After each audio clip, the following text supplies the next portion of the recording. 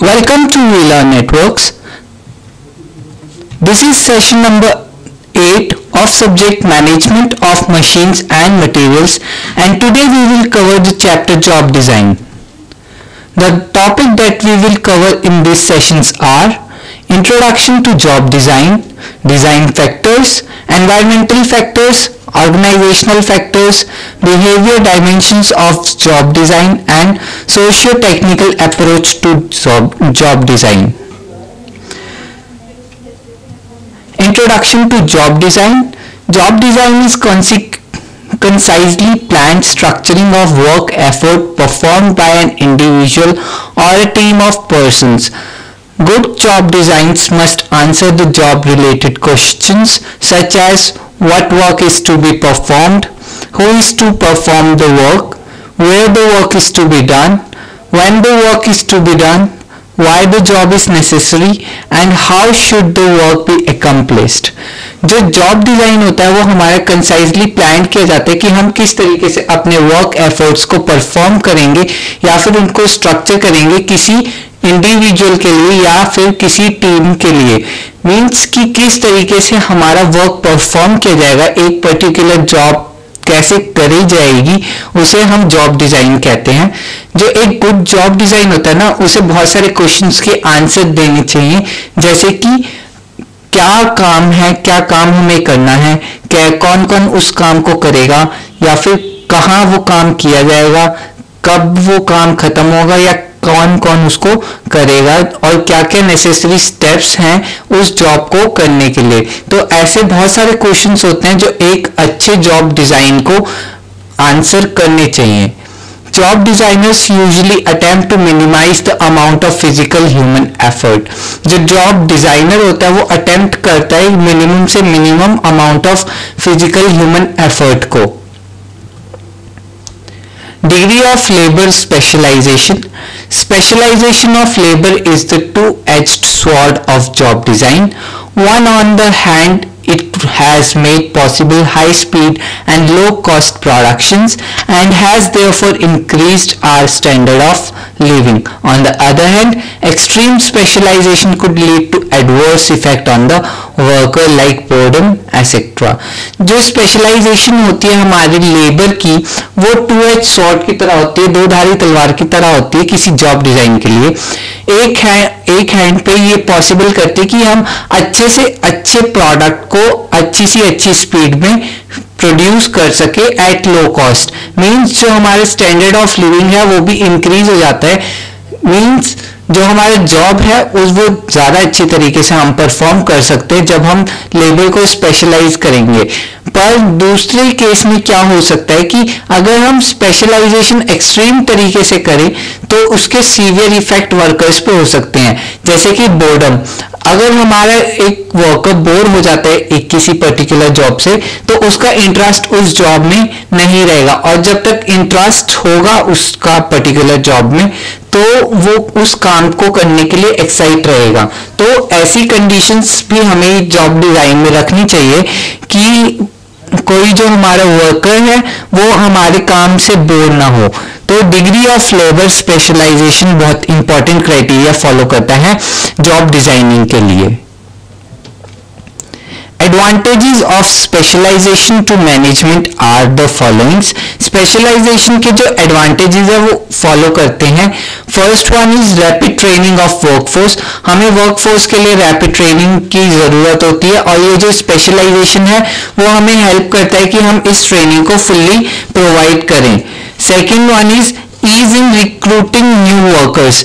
Ease होगी नए workers को रिक्रूट करने के लिए. मींस उनकी स्पेशलाइजेशन पे डिपेंड करके हम वर्कर्स को रिक्रूट कर सकते हैं. Next is high output due to simple and repetitive work. High output आएगा मींस वर्कर्स जो होंगे हमारे सेम काम रिपीटेटिव मैनर में करेंगे और उनके लिए वो काम सिंपल हो जाएगा. मींस एज ट्रेनिंग वो ट्रेंड हो जाएंगे उस पर्टिकुलर वर्क को करने के लिए, तो जो हमारे डिग्री ऑफ आउटपुट है वो भी इंक्रीज हो जाएगी. Next is low wages due to ease of sustainability और substitutionability और labor. मीन्स कि एक काम हमारे पास में एक वर्कर उस काम को करने में एबल है तो वो लो वेजेस चार्ज करेगा। मींस अगर वो सोचेगा कि ये काम तो उस बंदे को भी आता है और वो इससे कम सैलरी पे भी करने के लिए तैयार है, तो मैं अपनी जॉब क्यों छोड़ूं। तो लो वेजेस पे भी हमारे लेबर्स वर्क करने लग जाएंगे क्योंकि हमारे पास में ईज ऑफ सब्स्टिट्यूटेबिलिटी होगी। लास्ट है हमारे पास में close control over work flow and workloads is required to obtain work. हमें क्लोज कंट्रोल रखना पड़ेगा वर्क फ्लो के लिए, और जो वर्कलोड है हमारा उसको भी हम ऑब्टेन कर सकते हैं अपने काम के थ्रू।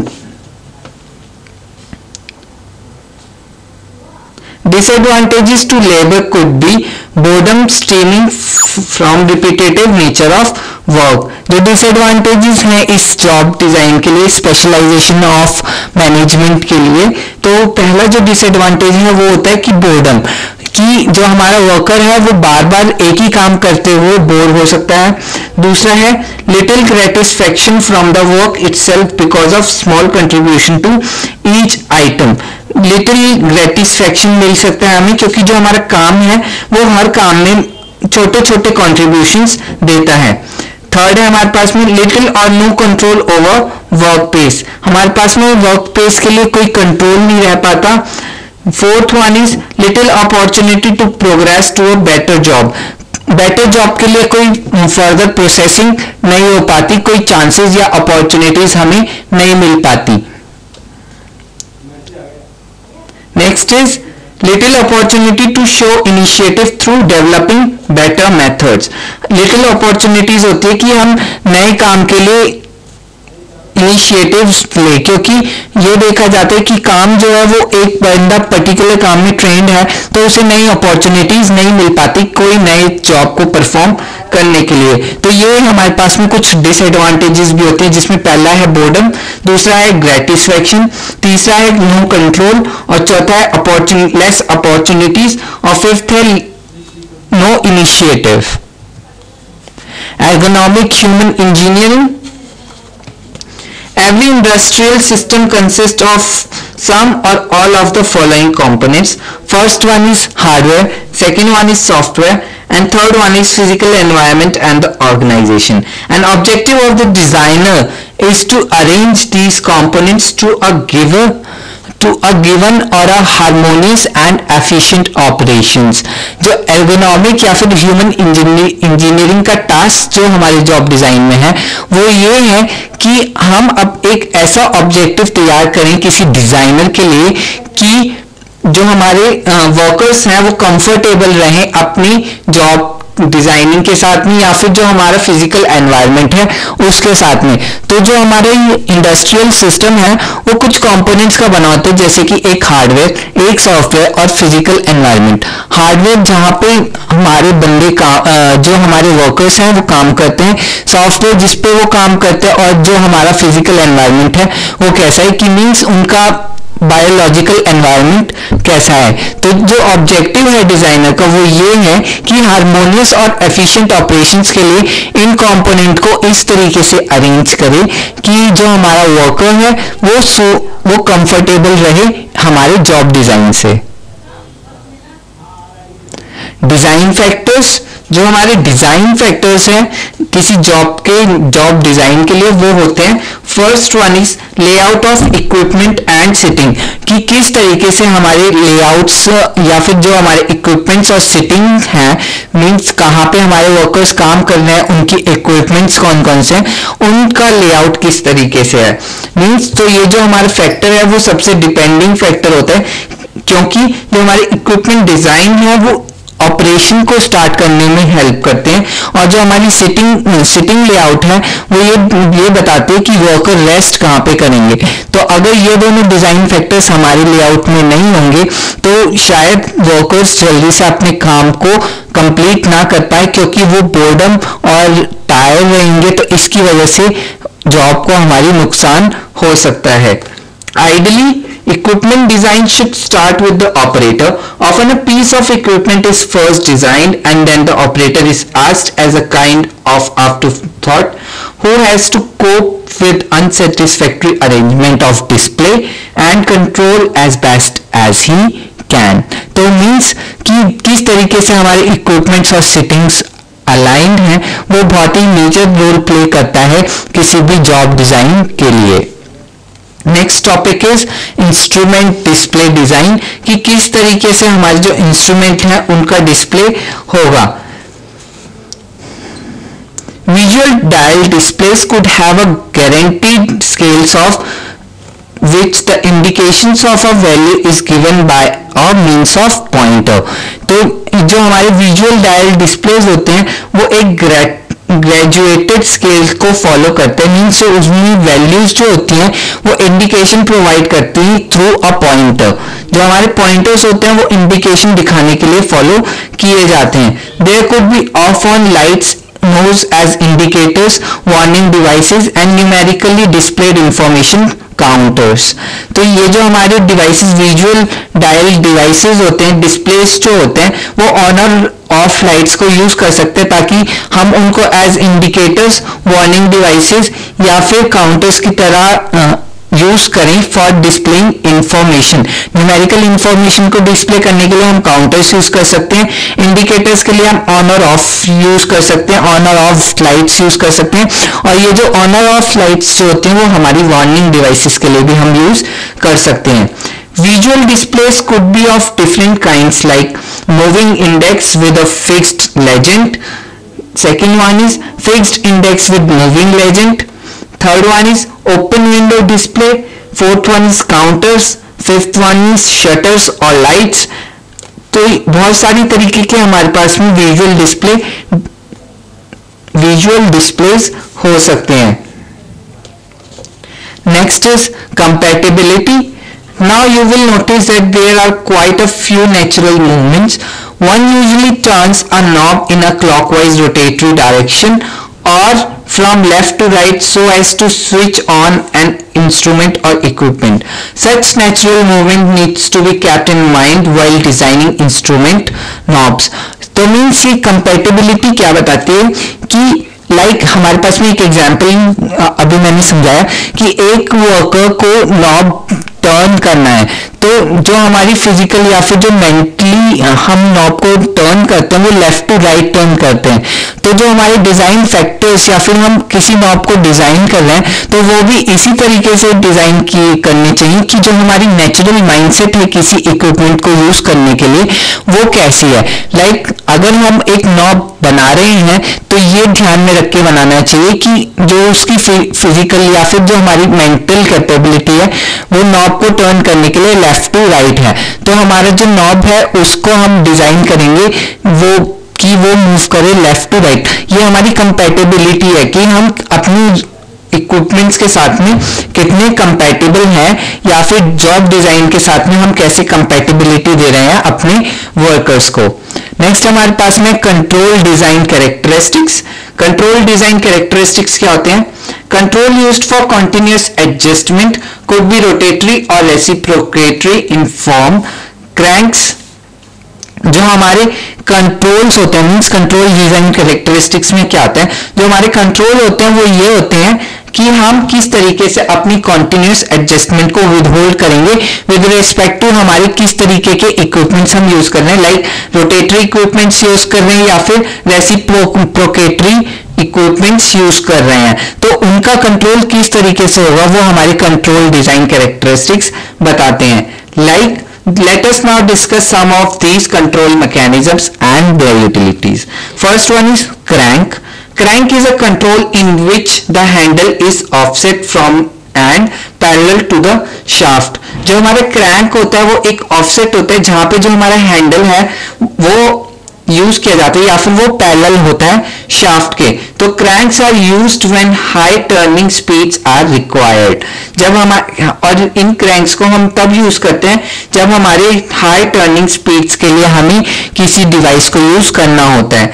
तो जो स्पीड है हमारी टर्निंग स्पीड वो up to 200 revolutions per minute होनी चाहिए। मींस क्रैंक वो डिवाइसेस होते हैं जो हम यूज करते हैं किसी रोटेटरी फंक्शन के लिए। Next is hand wheel.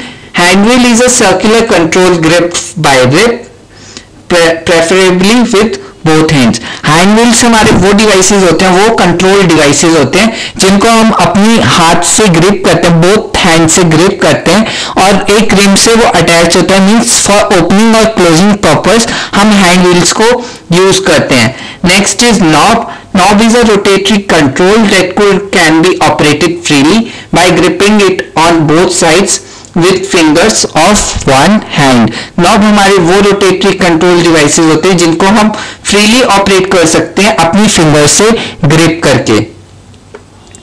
Next is lever. A lever is a hand operated rod like control working in one dimensional about a fulcrum. Lever हमारा वो कंट्रोल मैकेनिज्म होता है, रॉड लाइक कंट्रोल मैकेनिज्म होता है जिसको हम एक ही डायमेंशन में यूज कर सकते हैं। A lever should be used when the effective travel is small. Lever हम वहां पे यूज करते हैं जहां पे हमारा जो इफेक्टिव डिस्टेंस है, ट्रैवल जो है वो स्मॉल हो। और ये जो मेन पर्पस जो लीवर का होता है वो खींचने का होता है कि हम किस तरीके से पुल करें, लीवर उसमें हेल्प करता है। Toggle switches are the equipments और miniature levers used as a selector switch. ये जो टॉगल स्विच होते हैं ये हमारे एज स्विच या फिर सेलेक्टर स्विचेस की तरह एक्ट करते हैं। ये मिनिएचर लीवर्स होते हैं, मींस स्मॉल फॉर्म होते हैं किसी लीवर्स के लिए। टॉगल स्विचेस का काम क्या होता है कि एक पोजीशन पे हमें फिक्स कर दें या फिर अगर हमें दो पोजीशंस के बीच में स्वैप करना है तो ये टॉगल हमें हेल्प करता है करेक्ट डिस्क्रीट एडजस्टमेंट के लिए। Next is joystick. Joystick is a lever working in 2 dimensions. ये जो हमारा जॉयस्टिक होता है वो 2 डायमेंशंस में वर्क करता है, मींस एक्स और वाई कोऑर्डिनेट्स के लिए वर्क करता है। और ये जो जॉयस्टिक होती है वो हमें हेल्प करती है कि एक particular control motion, simultaneous control motion provide करे, मींस अप और down and not to left. Rotatory lever is a lever attached to a shaft so as to permit a complete turn. ये जो हमारा rotatory liver होता है ये एक complete turn provide करने में हेल्प करता है और ये एक तरीके का लीवर होता है जो शाफ्ट से अटैच होता है। Next is paddle hand grip. Paddle hand grip is a rotatory lever which is limited area of movement which is gripped close to the shaft rather than by its end. Pedal, it's a reciprocating control operated by one foot acting independently. Pedal हमारा एक reciprocating control unit होते है, control device होता है जिसको हम एक foot से ऑपरेट कर सकते हैं independently. Rubber bar is a reciprocating control pivoted about its center and operated by the foot in line with the lower legs. A push button is a reciprocating control, small in size, which has a positive action in one direction only. एक ही direction में हमारा जो push button होता है वो काम करता है। Next is environmental factors. These are the factors which causes environment to affect our workers or job design. The first thing is temperature and humidity. Temperature and humidities are the factors which affects the most of the job design and our workers. Means जितना ज़्यादा temperature और humidity होगा उतना ही हमारे job design और workers affect होंगे. In your book, some graphs are given like effect of temperature on loading time. जो effect of temperature होता है लोडिंग टाइम के लिए वो एक पर्टिकुलर डायरेक्शन में इंक्रीज करता है। मींस जितना ज्यादा टाइम बढ़ेगा उतना ज्यादा टेम्परेचर बढ़ेगा उतना ही ज्यादा लोडिंग टाइम बढ़ेगा। तो मींस टेम्परेचर एक हायर फैक्टर होता है, एनवायरमेंटल फैक्टर होता है जो इफेक्ट करता है हमारी जॉब डिजाइन को और हमारे वर्कर्स को।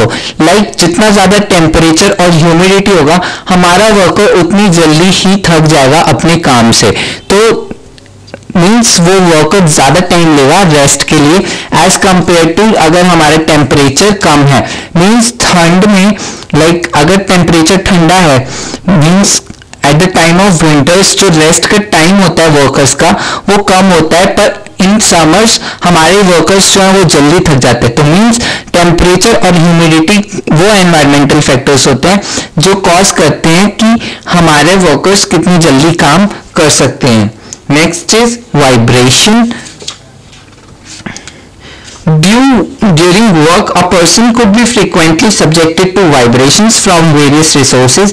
The effect of movement and vibration upon the person may range from motion sickness through slight discomfort to physical damage. ये जो वाइब्रेशन होती है एक टू और फ्रो मोशन होता है किसी भी ऑब्जेक्ट का, और ये इफेक्ट कर सकता है किसी भी पर्सन को, जो कि रेंज कर सकता है कि उसको मोशन सिकनेस हो रही है या फिर फिजिकल डैमेज से कुछ उसको स्लाइट डिस्कम्फर्ट हुआ है। तो ये जो वाइब्रेशन है ये हमारे वर्क को भी इफेक्ट करती है किसी पर्सन के through. Noise. The ear is quite sensitive.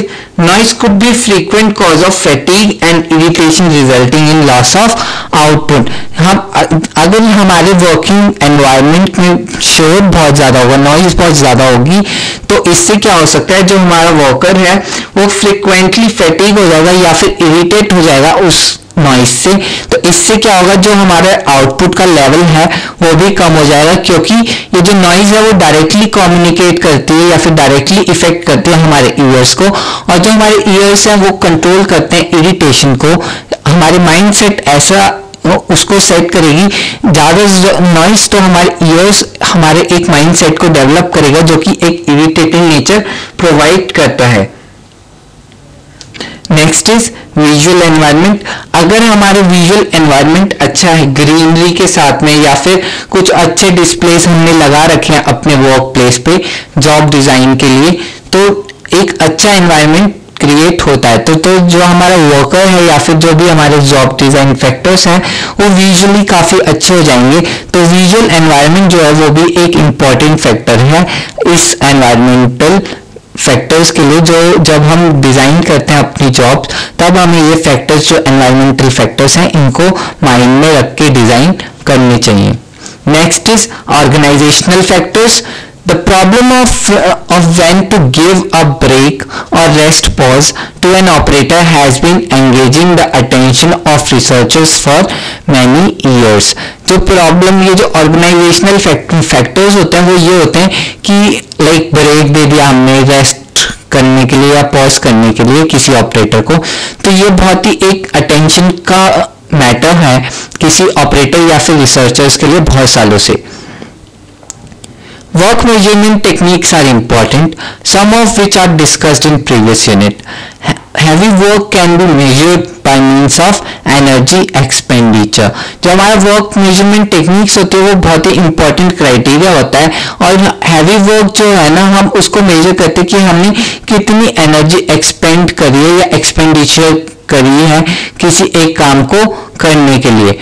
तो the minimum optimum arrangement for work and rest is that work should cease at the point in time at which lactic acid starts to accumulate in the body.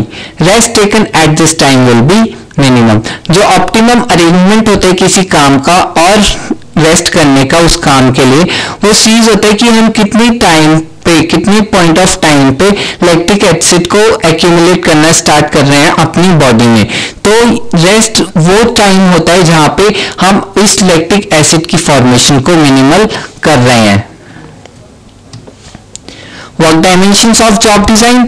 Behavioral dimensions of job designs are, first one we will discuss is job enlargement. An enlarged job would offer the employees opportunities such as a larger variety and hence the opportunity to use a variety of skills. Means कि अगर हम job को enlarge कर देंगे, behaviour क्या बताता है, behaviour dimension किसी जॉब डिजाइन के लिए क्या बताते हैं कि उन जॉब्स का बिहेवियर क्या है। तो जो पहला बिहेवियर हम डिस्कस करते हैं वो होता है जॉब एनलार्जमेंट का।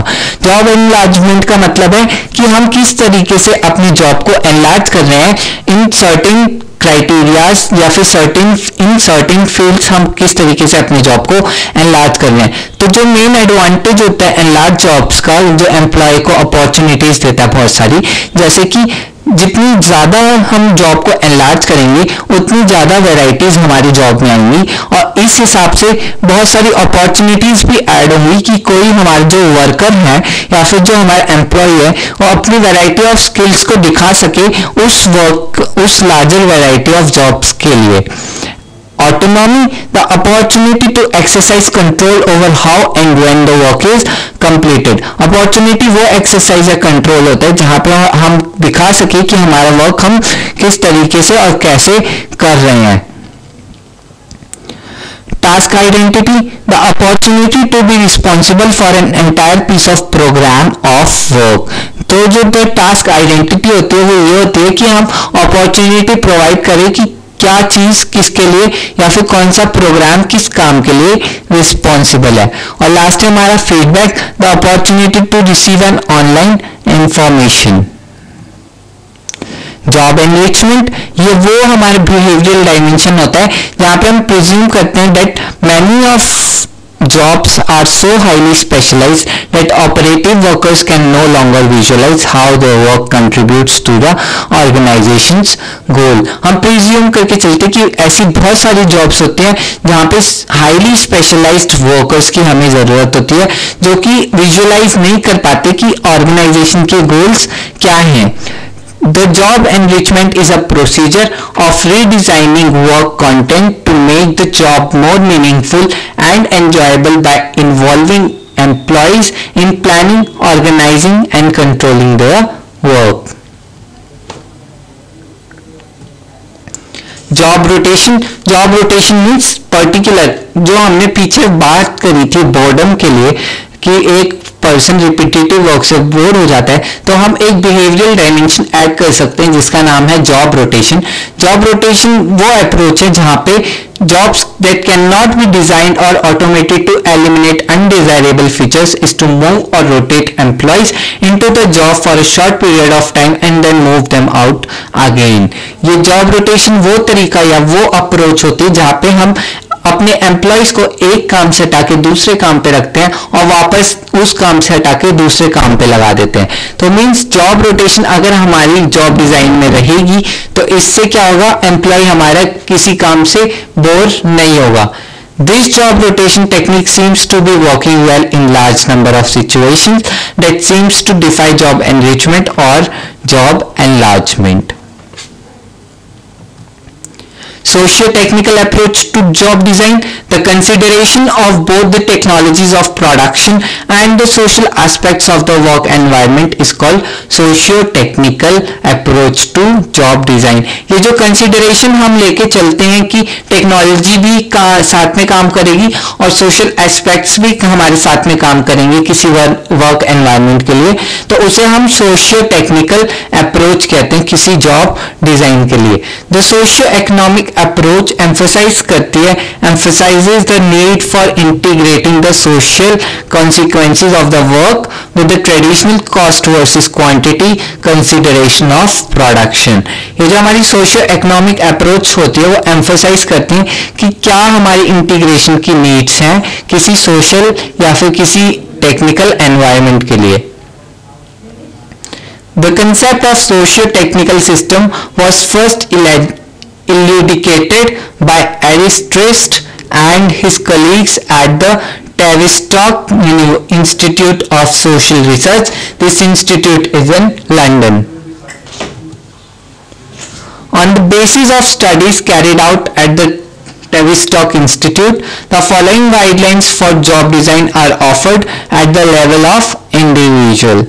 First one is optimum variety of tasks with in the job. ये जो हमारा बेसिस होता है सोशियो टेक्निकल अप्रोच का वो ये डिपेंड करता है कि हम इन कुछ गाइडलाइंस को फॉलो करें हमारी जॉब डिजाइन में। जो पहली गाइडलाइन है वो ये है कि हम ऑप्टिमम वैरायटी ऑफ टास्क को एक पर्टिकुलर जॉब में दें कि उस जॉब में वैरायटी ऑफ टास्क होने चाहिए।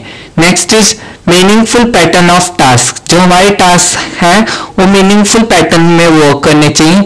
Optimum length of work cycle, ये जो वर्क साइकिल किसी पर्टिकुलर जॉब के लिए है वो ऑप्टिमम लेंथ की होनी चाहिए, कि मीन्स हमारी वर्क साइकिल इतनी लंबी ना हो कि वर्कर्स जो है हमारे वो बोर होने लग जाए अपने इस जॉब से। और जो हमारी लास्ट गाइडलाइन है वो ये है, some scope for setting standards of quantity and quality of productions. कुछ स्कोप भी रखना चाहिए जॉब में कि हम कुछ क्वांटिटी या क्वालिटी के स्टैंडर्ड्स को भी सेट कर सके अपने वर्क में। Inclusion of job of some auxiliary and preparatory task, कि कुछ जो प्रिपरेटरी या ऑक्सिलरी टास्क है उनको भी हम इंक्लूड करें अपने जॉब में। Inclusion in the job of some degree of care, skill, knowledge और एफर्ट, कि हम अपनी जॉब में कुछ डिग्री ऑफ केयर, स्किल और नॉलेज को भी इंक्लूड करें। परसीवेबल contribution of the job to the utility of the product for the consumers. Do it yourself. These are the questions that you have to do by yourself. First one is define job design. How has management viewed job design since the industrial revolution? And second one is, what do you understand by the term a social technical system? Can you give some socio-technical guidelines or job design? Thank you for this session and have a nice day.